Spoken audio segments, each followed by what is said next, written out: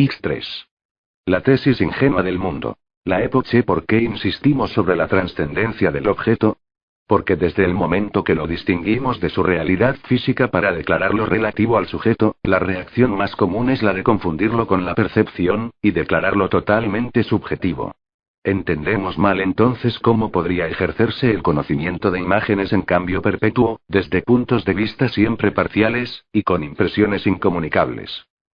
Más allá de estas dos actitudes opuestas y a la vez complementarias, que son la de realismo de la cosa en sí y el psicologismo, Husserl nos propone un difícil equilibrio.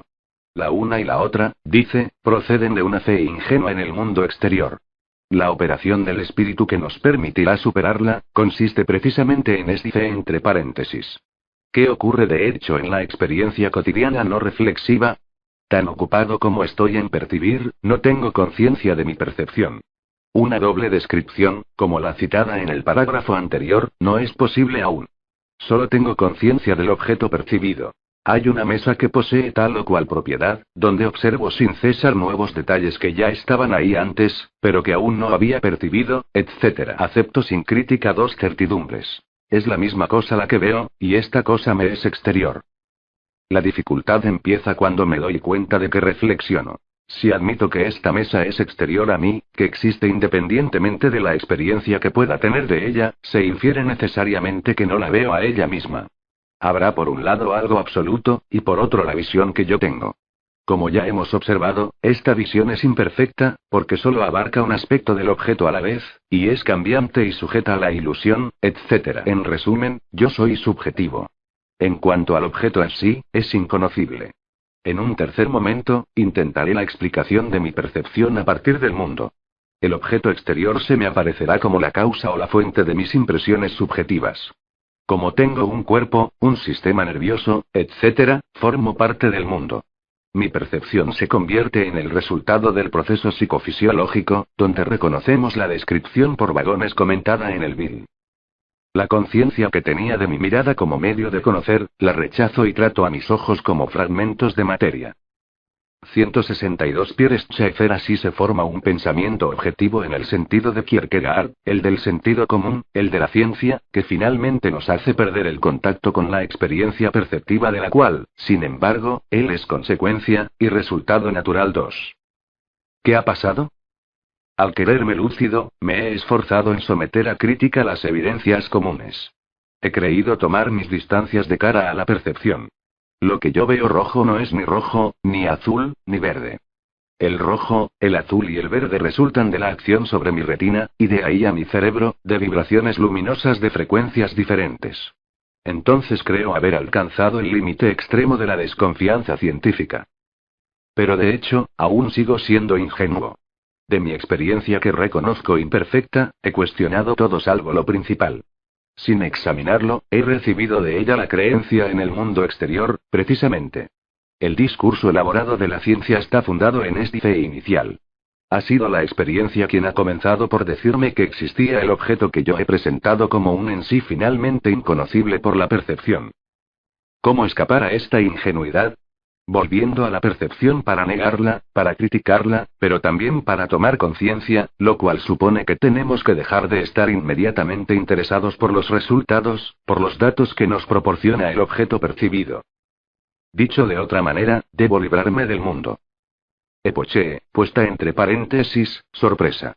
¿Cómo describir esta transformación de la mirada? Solo podemos hacerlo indirectamente describiendo la transformación de lo que miramos.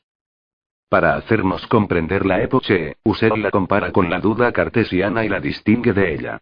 Poner en duda la existencia del mundo exterior, es aún tomar posición con relación a él, sustituir por otra tesis la tesis de su existencia. La epoche es la abstención de toda tesis. Pero para pasar de la fe ingenua a la duda, me ha hecho falta deshacerme a la fe, dejar de ser su esclavo. Se trata de mantenerse en esa libertad. Si dejo de identificarme ciegamente con mi experiencia perceptiva, que me presenta un objeto trascendente, entonces me hago capaz de captar esa experiencia al mismo tiempo que el objeto que me la proporciona. Y me doy cuenta de que es en mi experiencia donde se constituye esa trascendencia. Dicho de otra forma, el estilo propio de la percepción, el hecho de que nunca agote su objeto, es proceder por esbozos y nos remite siempre a otras experiencias que pueden desmentir las anteriores haciéndolas aparecer como ilusorias. Esto no es el signo de una imperfección accidental y lamentable que me impide conocer al mundo tal como es. Este estilo es el propio modo como el mundo se me presenta, distinto a mí. Es un 2 Maurice Merleau-Ponty, Fenomenología de la Percepción, Fenomenología de la Percepción, Gallimard. Tratado de los objetos musicales 163 estilo particular que me permite distinguir el objeto percibido, de los productos de mi pensamiento o de mi imaginación a los que pertenecen otras estructuras de la conciencia. A cada ámbito de objetos corresponde así un tipo de intencionalidad.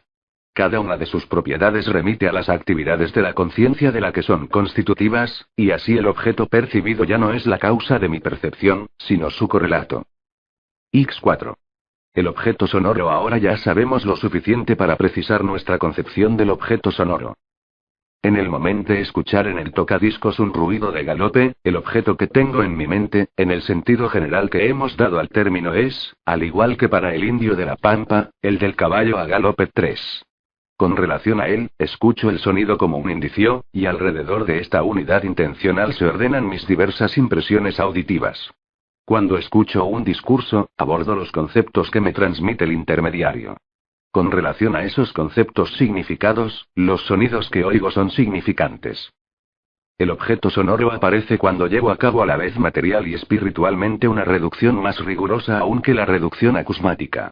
No solo me atengo a las indicaciones que me proporciona mi oído, puesto que, materialmente, el velo de Pitágoras habría bastado para obligarme a ello, sino que esos datos solo conciernen al propio acontecimiento sonoro. No intento nada por medio de él, no me dirijo hacia otra cosa, el interlocutor o su pensamiento, sino que es el propio sonido lo que me interesa, aquello que yo identifico ese.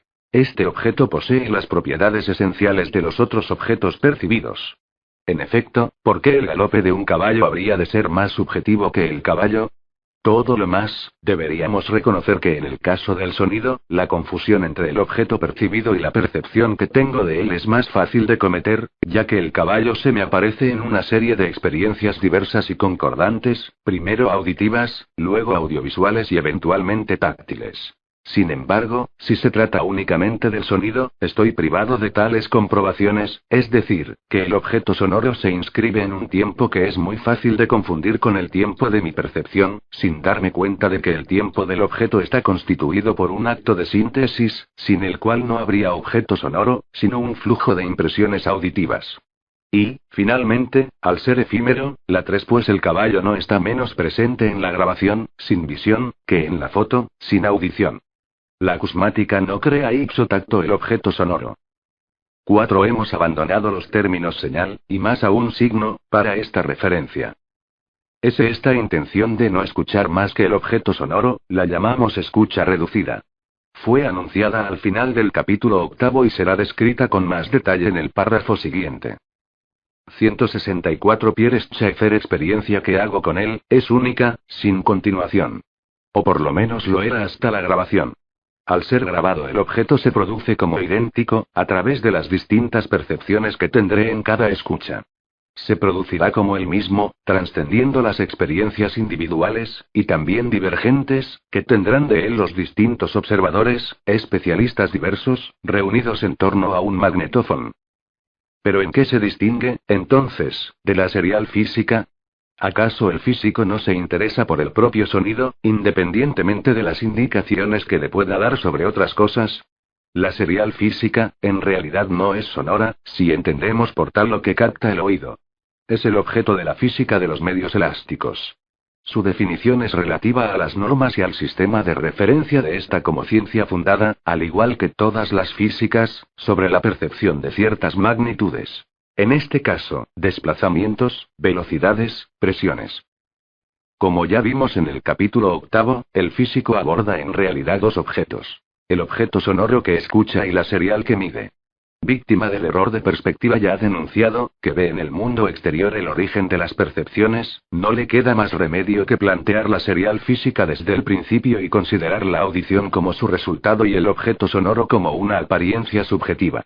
Este es el esquema que acepta implícitamente cuando aplica directamente al objeto sonoro los datos recogidos sobre la serial física, creyendo que así se aproxima mejor a lo real. Pero olvida que es el objeto sonoro, dado en la percepción, el que designa la señal a estudiar, y que no podría ser reconstruido a partir de la señal. La prueba está en que ningún principio físico le permite, no ya distinguir, sino tener idea de los tres sonidos do, mi, sol, contenidos y mezclados en algunos centímetros de banda magnética. Solo nos queda advertir que la decisión de escuchar un objeto sonoro, sin otro propósito que el de oírlo mejor y mejorar con cada escucha, es más fácil de enunciar que de poner en práctica. La mayor parte del tiempo, como hemos visto, mi escucha contempla otra cosa, y solo oigo indicios o signos. Incluso si me dirijo al objeto sonoro, mi escucha será en un primer estadio una escucha por referencias. Dicho de otra manera, por más que me interese por el propio sonido, en principio seré incapaz de decir algo que no sea es el galope de un caballo, es una puerta que chirría, es un si bemol de clarinete, son 920 periodos por segundo o es diga. Cuanto más hábil me haga en la interpretación de los índices sonoros, más me repuntará oír los objetos. Cuanto mejor comprendo un lenguaje, más me cuesta oírlo. En relación a esas escuchas por referencias, la escucha del objeto sonoro nos obliga a una toma de conciencia. ¿Cuáles son las percepciones que he sacado de esos indicios? ¿Cómo he reconocido esta voz? ¿Cómo describir en un plano puramente sonoro un galope? ¿Qué es lo que he oído exactamente? Tengo que volver a mi experiencia auditiva y retomar mis impresiones para encontrar, a través de ellas, información sobre el objeto, Tratado de los Objetos Musicales 165 no ya sobre el caballo. Esto nos podría hacer creer que el solfeo se ha vuelto hacia la subjetividad. En realidad se trata de una vuelta a las fuentes, a la experiencia originaria, como diría Husserl, que se hace necesaria por un cambio de objeto. Antes de que me sea posible un nuevo entrenamiento y de que pueda elaborar otro sistema de referencias, apropiado esta vez al objeto sonoro, tendría que librarme del condicionamiento creado por mis hábitos anteriores y pasar por la prueba de la época. Pero tampoco se trata de una vuelta a la naturaleza, ya que nada nos es más natural que obedecer a un condicionamiento. Se trata de un esfuerzo antinatural para percibir lo que, sin yo saberlo, determinaba antes mi conciencia. X5. La escucha reducida. En el capítulo 8 vimos que una escucha vulgar nos remitía indiferentemente al acontecimiento sonoro o al sentido, sin que pudiéramos saber muy bien dónde queríamos llegar, o de dónde partíamos. Queremos oír la afinación de esta nota, el vibrato de este violinista, la cualidad de este violín. Partimos de una experiencia profesional, de un amateurismo superficial o de la ignorancia más total. Si escuchamos un discurso hablado musical, en lenguas familiares o desconocidas, el punto de vista de cada uno será particular, se dice equivocadamente subjetivo, no porque los objetos de la escucha se confundan con estados de ánimo, sino porque cada sujeto se dirigirá hacia objetos diferentes, cambiará quizá de objeto de un instante a otro. Por lo tanto, se tratará de objetos diferentes imantados por todo un campo de conciencia donde interviene tanto lo natural como lo cultural. Si nos apartamos con fuerza de todo esto, ¿cuánta aplicación es necesaria? ¿Qué cantidad de ejercicios repetidos? ¿Qué paciencia y qué nuevo rigor? Al librarnos de lo vulgar y desechar lo natural tanto como lo cultural, podremos encontrar otro nivel, un auténtico objeto sonoro fruto de la época, que fuera accesible a todo el que escuchara. Ya hemos esbozado esta disciplina de escucha, y su esquema al final del libro pero digamos también que no podemos vaciar tan rápida y completamente nuestra conciencia de sus contenidos habituales, de sus rechazos automáticos hacia los indicios o valores que orientan siempre las percepciones de cada uno. Pero es posible que poco a poco esas diferencias se difuminen y cada uno oiga el objeto sonoro, si no como su vecino, al menos en el mismo sentido que él, con la misma perspectiva, pues podemos cambiar la dirección del interés sin transformar fundamentalmente la intención constitutiva que pide la estructura, ya que al dejar de escuchar un acontecimiento por medio del sonido, no dejamos por ello de seguir escuchando el sonido como un acontecimiento sonoro. Es decir, que los criterios de identificación seguirán siendo los mismos. Los objetos que descubrimos ahora coinciden exactamente en el tiempo con las estructuras y las unidades. 166 Pierre Schaeffer desde el acontecimiento. Al escuchar el objeto sonoro que nos proporciona una puerta que chirría, podemos perfectamente desinteresarnos de la puerta, para no interesarnos más que en el chirrido. Pero la historia de la puerta y la del chirrido coinciden exactamente en el tiempo, ya que la coherencia del objeto sonoro es la del acontecimiento energético. Esta unidad sería en el habla una unidad de respiración o de articulación, y en música la unidad del gesto instrumental. El objeto sonoro se sitúa en el encuentro de una acción acústica y de una intención de escucha. Tomemos el ejemplo de un arpegio. Una escucha musical análoga a la escucha lingüística, reconocerá en él una estructura de alturas, descomponible en varios objetos musicales que coinciden con las notas. La escucha natural reconocerá la unidad del gesto instrumental y, con el mismo criterio, una escucha musical energética, discernirá un solo objeto sonoro. X6. La teoría de la Gestalt, si bien la noción de objeto sonoro solo ha sido introducida hasta hoy por nosotros, no hace más que recuperar otras experiencias. Pronto hará 50 años que, bajo formas diversas más o menos radicales, se opera esta toma de conciencia que une lo que vemos o oímos a lo que nosotros somos. Se resume en dos palabras que han tomado una importancia creciente casi tiránica: la de forma y la de estructura, a las que por el momento no distinguiremos entre sí. Para Kohler, Huerte y Mero Kozka, la Gestalt representa un nuevo principio de descripción adecuado a la percepción, al comportamiento y a las operaciones intelectuales, opuesta a los conceptos de elemento simple, medida y adición que reinaban en la física. Si damos crédito al diccionario de filosofía de Lalande, las formas son conjuntos que constituyen unidades autónomas, que manifiestan una solidaridad interna y con leyes propias. Se deduce que la forma de ser de cada elemento depende de la estructura del conjunto y de las leyes que lo rigen. Ni psicológica ni fisiológicamente el elemento preexiste al todo. El conocimiento del todo y de sus leyes no podría ser deducido del conocimiento separado de las partes que se encuentran en él. 6. El ejemplo clásico de forma, el primer ejemplo histórico que se ha dado es el de la melodía, que no se reduce a la sucesión de las notas que la componen, sino que sigue siendo reconocible en una transposición, en la que se han modificado las alturas de todas las notas, pero no sus relaciones, que han sido conservadas. Por el contrario, la alteración de esas relaciones, por la modificación de una sola nota, la convierte en otra melodía. Pero una nota aislada sobre un fondo de silencio, también tiene una idea. Aparece como una figura que se destaca sobre un fondo, lo mismo 6 variante de idéntico sentido.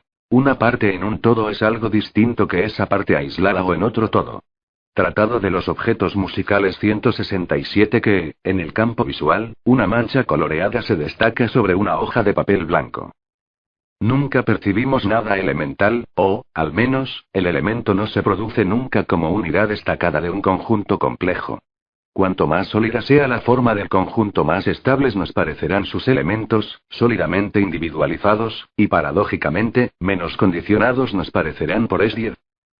La mayor parte de las experiencias de los gestaltistas consistirán en desconcertar la organización perceptiva, en debilitar la solidez del mundo para sorprenderlo en el momento de hacerse. Estudio de casos patológicos y de ilusiones ópticas, presentación de formas ambiguas donde la figura y el fondo se interfieren, bien una vasija negra sobre un fondo blanco, o dos perfiles blancos sobre fondo negro.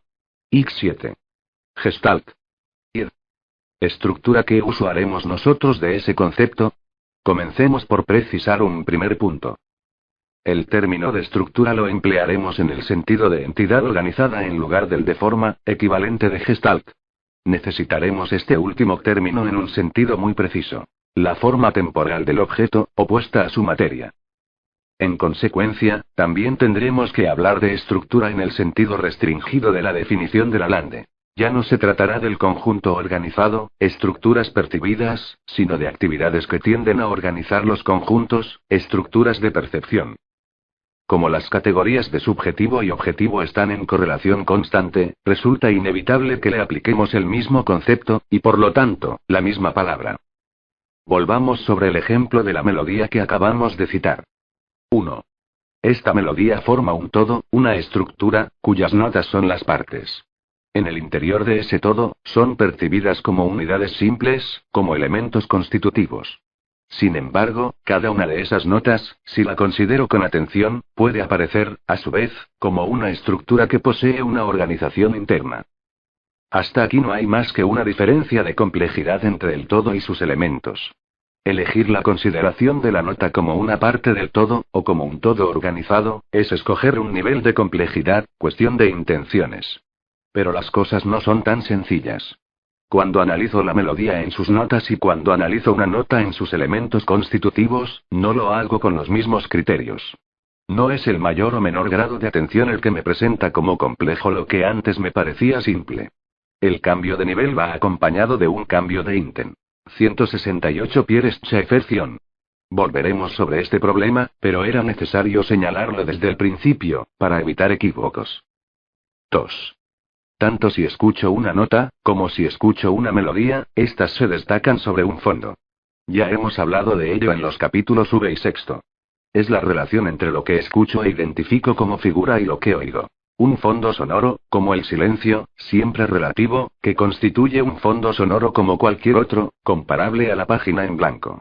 Encontramos el mismo antagonismo entre las partes y el todo. La escucha de cada nota como unidad autónoma destruye la melodía. De la misma forma, ciertas drogas modifican la percepción de la duración en la que se inscribe normalmente la melodía, y la transforman en una sucesión de acontecimientos sonoros aislados.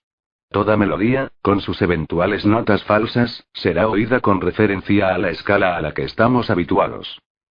¿En qué consiste esta escala occidental que condiciona nuestra percepción sin ser ella misma percibida? Es una estructura, pero evidentemente una estructura de referencia, evocada por el momento de forma implícita, en abstracto.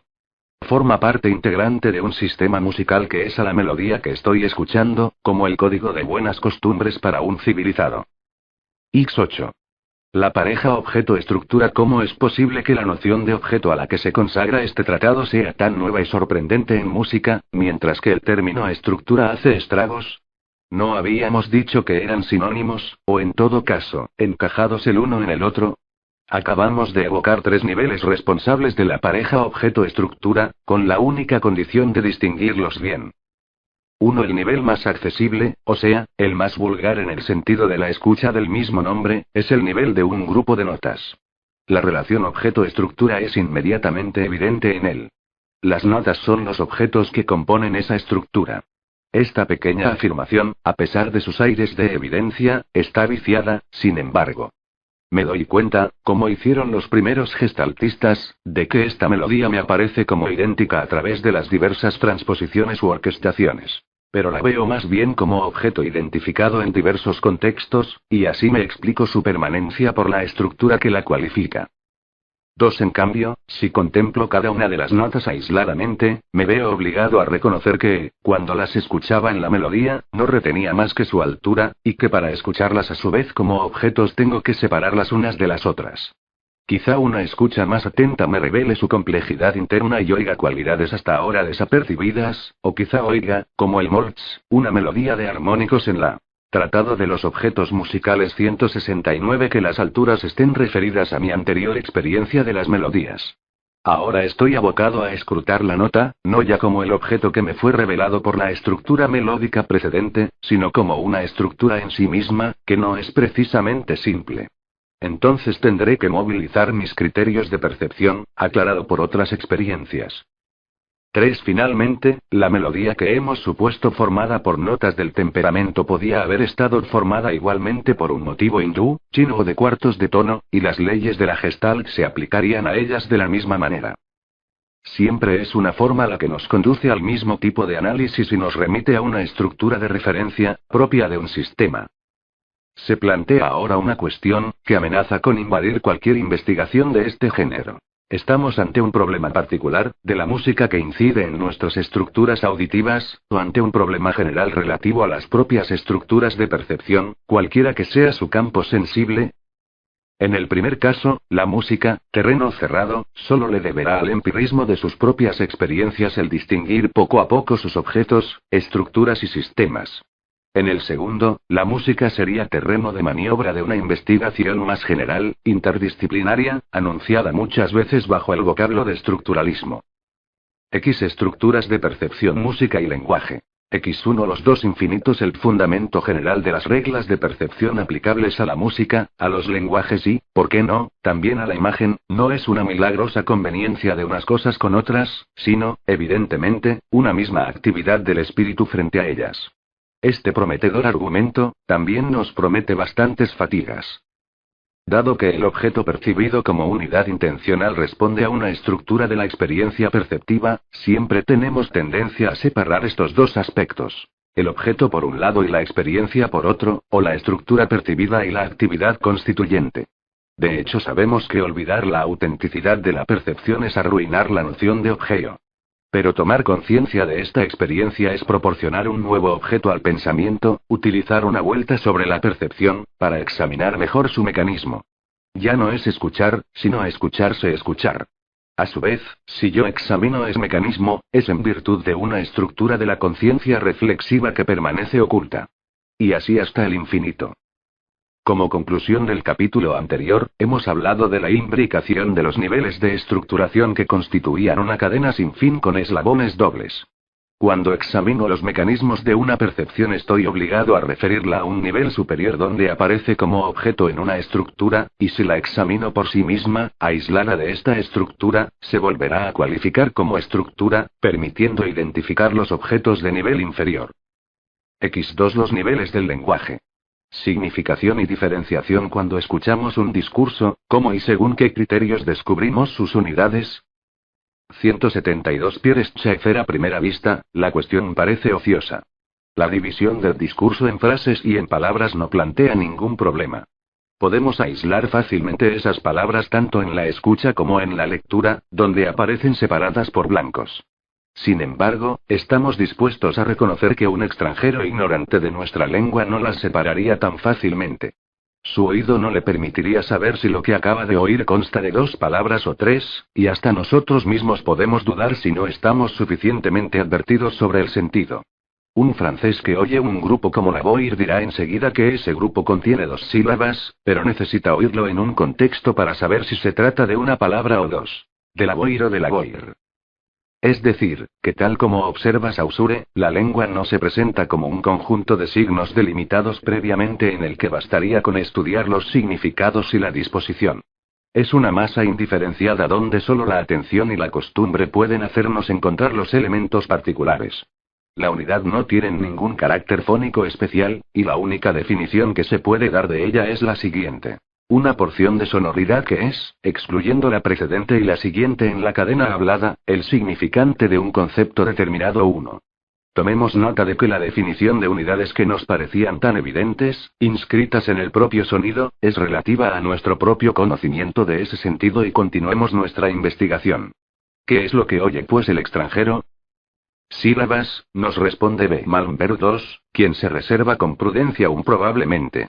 Añadamos también que las sílabas son analizables como fonemas, consonantes y vocales, pensemos si el extranjero podrá entender esos fenómenos. En absoluto. Con mucho esfuerzo oirá objetos sonoros que solo son fonemas para nosotros, y si no se esfuerza oirá los fonemas de su propia lengua pronunciados con un acento extranjero. X3. Los fonemas. O los rasgos distintivos. Al igual que la palabra, el fonema no se impone como realidad en sí. Su definición es relativa al sistema de la lengua de la que forma parte. Los sonidos concretos que yo oigo como consonantes y vocales en número limitado, y que combinados forman las palabras, no solo no son idénticos de una lengua a otra, sino que en el interior de esa propia lengua, tienen una diversidad infinita. Nunca se pronuncia 2 veces seguidas una vocal o una consonante exactamente de la misma manera. El entorno del sonido difiere de un caso al otro. La acentuación, la velocidad de la elocución, el registro y las cualidades de la voz varían de una ocasión a otra, de un individuo a otro. 1F. De Saussure, Cours de Linguistique Générale, Curso de Lingüística General, Payot. 2B. Malmberg, la fonética que sais G. Tratado de los objetos musicales 173. En estas condiciones, ¿por qué y cómo identificamos los fonemas? ¿Por qué siguen siendo los mismos a pesar de sus variaciones? La respuesta es que algunos rasgos de los sonidos del lenguaje son importantes para la identificación, y otros no lo son. Cada vocal y cada consonante, articuladas en un contexto, contienen rasgos distintos o pertinentes junto a rasgos no distintivos o no pertinentes. 3. Dicho de otra manera, la definición del fonema es relativa a su función en el conjunto del sistema de la lengua. Es la unidad sonora más pequeña que sirve para discernir una palabra de la otra. Por ello un francés identificará la 1 de Tableau con la 1 de Peuple, aunque la 1 de Peuple sea más o menos sorda que la de Tableau, que es perfectamente sonora. Vemos que aquello que nos parecía inmediata e imperiosamente dado para la percepción viene dado por una percepción condicionada y entrenada, que progresivamente adquiere gran habilidad para captar las diferencias pertinentes al mismo tiempo que se hace prácticamente sorda a las que no lo son. Hasta tal punto que en el aprendizaje de una lengua extranjera se hace necesario desaprender la articulación y el entendimiento de la propia, al mismo tiempo que nos sometemos a otro entrenamiento. Tanto es así, que la adquisición de una lengua extranjera es más fácil para un niño que posee aún en potencia la facultad de pronunciar todos los fonemas y el oído más nuevo aunque aún inhábil.